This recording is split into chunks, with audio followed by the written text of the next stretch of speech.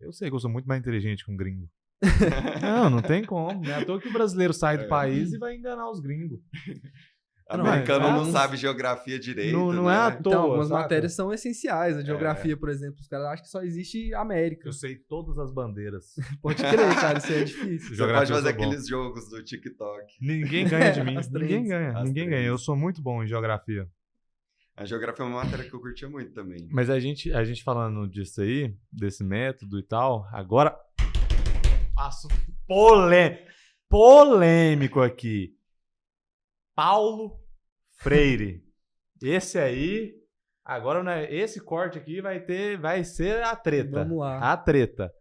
Patrono da educação brasileira. Primeiro, professor, assim, diz a lenda que a educação do Brasil é Paulo Freireana, né? Baseado em Paulo Freire. Eu não sei quem é Paulo Freire, ele nunca me ensinou nada, nunca conheci ele pessoalmente, não sei quem ele é. Então, primeiro eu quero que você explique quem é Paulo Freire, se você tem essa noção. Bem, um excelente texto para vocês conhecerem Paulo Freire, que inclusive nem é um texto muito longo, é o texto sobre a educação bancária versus a educação libertadora. Que, assim, no Brasil, o que a gente tem é a educação bancária, que é o modelo que ele critica, e o que ele propõe é a educação libertadora. Porque, assim, você falou, eu gostei muito do ensino que eu tive, né? Eu tive várias matérias e tudo, mas o nosso modelo de ensino, ele é excessivamente conteudista. É um professor que vai lhe te passar informações, você vai absorver essas informações e depois jogar ali na prova. É essencialmente conteudista. Diferente da sua experiência que você teve no intercâmbio, que você ali desenvolveu outras atividades, desenvolveu um raciocínio para chegar a um determinado lugar. É completamente diferente. E é isso que o Paulo Freire critica. Então, a nossa educação ela não é freiriana. Outros países adotaram a pedagogia do Paulo Freire, principalmente no método de alfabetização. Que até pouco tempo, no Brasil, a gente ainda usava cartilha. Era aquelas coisas assim, tipo U de uva, para aprender as letras. Enquanto o Paulo Freire ele já frisava mais um método que trouxesse para a realidade para o aluno. Porque muitas vezes esses exemplos da cartilha era uma cartilha só para todo o território nacional. Então, às vezes, dava um exemplo que um aluno do norte entendia, mas que o do sul não entendia e vice-versa. Não tem como ser desse jeito. Sim. Você tem que educar, você tem que alfabetizar partindo da realidade do aluno. Entendi. Com exemplos que ele vivencia. Entendi. Isso faz sentido. Uma época meu pai... Não, época não. Meu pai tem um conceito com ele de que, assim, isso antes da gente nascer e tudo, que o Brasil, a educação brasileira foi tomada pelos donos de cursinhos. E acho que isso encaixa muito nesse tipo de educação, que é o cara que vai estudar ali para passar naquele vestibular. Hoje o ensino médio, o cursinho, ele não te prepara para a universidade, tampouco para o mercado de trabalho. Ele te prepara para fazer uma prova. Aí você chega na universidade, não é feita uma ponte, então muitos calouros ficam perdidos, aí reprovam em várias matérias. Então, assim, é muito complicado. Isso aí é um negócio que está impactando já no mercado de trabalho. Por que está acontecendo? Assim, porque da onde que surgiu essa ideia de fazer esse episódio e tudo? A gente contrata a gente é empresário, né? Então a gente tem funcionários e um ou outro a gente sempre está trocando ali. Pessoas vão e pessoas vêm, né? E o que está acontecendo, professor? Na maioria dos casos, e a gente trabalha com marketing, então é muito texto, muita coisa escrita, português. As pessoas não estão sabendo escrever. Não estão sabendo escrever. O cara... E assim, eu não estou falando, pessoal, de pessoa... Uma coisa, eu não vou julgar o cara não saber escrever se o cara mora lá na... Como é que chama? Paleta, não? Sei não, velho. Não, tem um nome... Tem um nome certo lá. O cara que é pobre lá no norte, no nordeste, não estou falando desse cara que não teve acesso à educação. Não estou falando do cara que teve que sair do colégio e não pôde estudar, entendeu? Eu tô falando de pessoas que tiveram bons ensino médios, boas escolas base, fazem faculdade. Essas pessoas não estão sabendo escrever o português. E eu não tô falando assim de escrever... De sala, né? Não é um erro básico, igual a gente tava falando de acentuação. Não é um acento, uma porquê, coisa. É para transmitir a ideia. Isso, realmente, concordância. Exatamente. É difícil. Às vezes você não consegue nem entender o que a pessoa falou ali. Você fica... Exatamente. O uso de letra maiúscula, acho que eu letra entendi. minúscula, por exemplo. Da onde você acha que tá vindo... Pontuação, o uso da vírgula também, esse tem é difícil. Se a pessoa usa errado, fica assim, difícil de entender, né? Com certeza. Altera completamente o sentido da frase.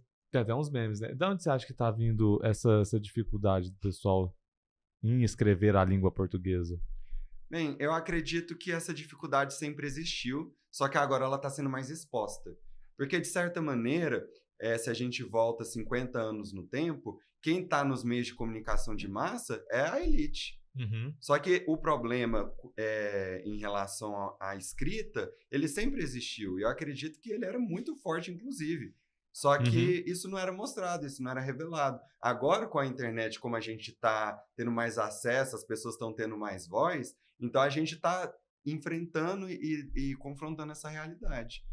É mais fácil de ver, né? Por exemplo, você vê uma placa que está escrita errada, a pessoa já fotografa, posta no Stories. Igual você falou, a gente não via antigamente, né? Hoje é muito mais fácil de você ver esses exemplos. Mas assim, sempre existiu essa dificuldade, só que antes ela estava escondida.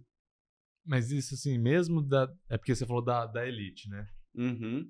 Uma elite que estava ali nos meios de comunicação de massa, assim, então tinha um preparo profissional para atuar naquele lugar. Então, realmente eram pessoas que estudavam língua portuguesa, jornalistas, né? Uhum. Só que hoje em dia, com a facilidade que a internet trouxe, isso ficou muito evidente, que aí qualquer pessoa pode postar, escrever um texto e a gente vai ver ali problemas na comunicação. Eu falei nem só seguir a gramática, mas às vezes em passar uma ideia. Você lê um texto e não consegue entender o que a pessoa escreveu.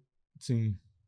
E as pessoas não conseguem interpretar. Não conseguem interpretar. Eu vejo isso muito nos comentários dos meus vídeos. Que Sim. Às vezes eu tô lá explicando e tipo, a pessoa faz um comentário que não tem absolutamente nada a ver. Eu gosto quando eles comentam alguma coisa que tá no vídeo. Literalmente tá no vídeo. A pessoa nem viu o vídeo, ela viu os 10 primeiros segundos. Não, às vezes ela até viu, velho, mas é porque eu não sei se é uma necessidade de expressar um ódio. Eu não sei o que é, mas eu sei que o negócio tá no vídeo e a pessoa não... Nem do vídeo ela tá falando. Ela tá só... Eu acho que isso, tá acontecendo muito isso, de atacar as pessoas. Uhum.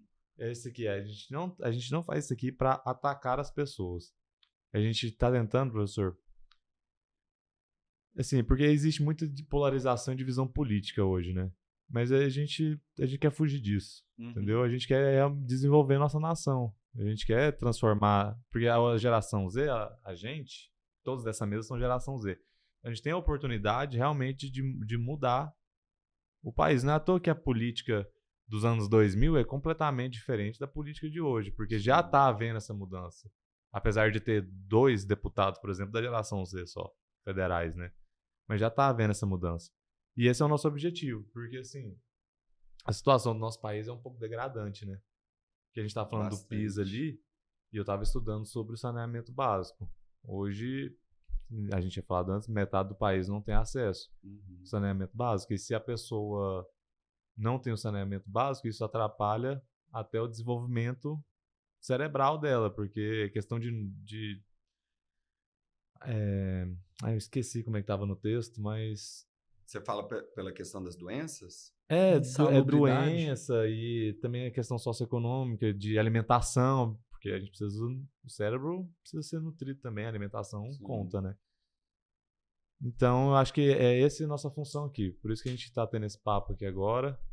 Essa é uma denúncia muito importante ser feita, porque, assim, segundo algumas pesquisas, quase metade do Brasil não tem um serviço completo de saneamento. Que, assim, envolve muita coisa. Envolve água encanada, acesso à rede de esgoto, né? E é um tema que eu sempre trabalho nas minhas aulas de redação. Normalmente, quando eu escolho um primeiro tema para passar para os meus alunos, é sobre as dificuldades de universalização do acesso ao saneamento básico no Brasil, que é um tema muito importante, que, assim, é tão fora da nossa realidade. Acho que eu nunca nem frequentei uma casa que não tivesse água encanada. E tem pessoas que vivem nessa condição por anos, talvez até a sua vida inteira. Sem saber o que é uma água Sem saber encanada. O que é uma água encanada. Tipo, pensa, entrar no banheiro e não poder, assim, abrir a torneira, sabe? É muito degradante. Muito mesmo. Lembrei que tava falando agora, lembrei da palavra que eu tinha esquecido, é palafitas. As pessoas moram em palafitas. Cara, eu fico vendo as reportagens, eu fico pensando qual que é o futuro daquele pessoal ali. Não tem a mínima condição. Não tem. Difícil acesso da alimentação, não tem saneamento básico. As pessoas estão à deriva. Então, eu acho que o poder público, independente de Se é Bolsonaro, Lula, esquerda, direita, meio, atrás, qualquer coisa. Eles têm que prestar atenção, porque assim, é uma questão nacional, né? É o desenvolvimento da nação. Todos nós somos... Uma questão muito básica, sabe? Todos não é nós questão somos de partido brasileiros. político. Exatamente. É uma questão que qualquer partido tem que resolver esse problema. Exatamente, é uma questão humanitária. E assim, é uma questão que né? não é trazida à tona na mídia. Porque normalmente a gente vê reportagens sobre falta de saneamento básico, são aqueles jornaizinhos que passam 6 horas da tarde, que duram 15 minutos. Já viu aqueles jornais locais? Sim. Que aí vai para as regiões periféricas e mostram onde não tem saneamento. Mas assim, na grande mídia, a gente não vê tanto essa discussão. E ela é muito urgente. O Brasil é a 9ª economia do mundo. Como é que metade da população não tem acesso a saneamento básico? Exatamente. Isso é difícil até falar de educação para uma pessoa que não tem nem o mínimo para como é que a gente vai chegar e falar seu português está errado? Exatamente. Não, caguei. Você não vai falar isso. Você não vai falar. Antes de falar isso, você tem que dar muita coisa. Então. Seu português está errado. Você tem um pão para me dar? Sabe? Como é que eu vou entrar na discussão? Não tem como.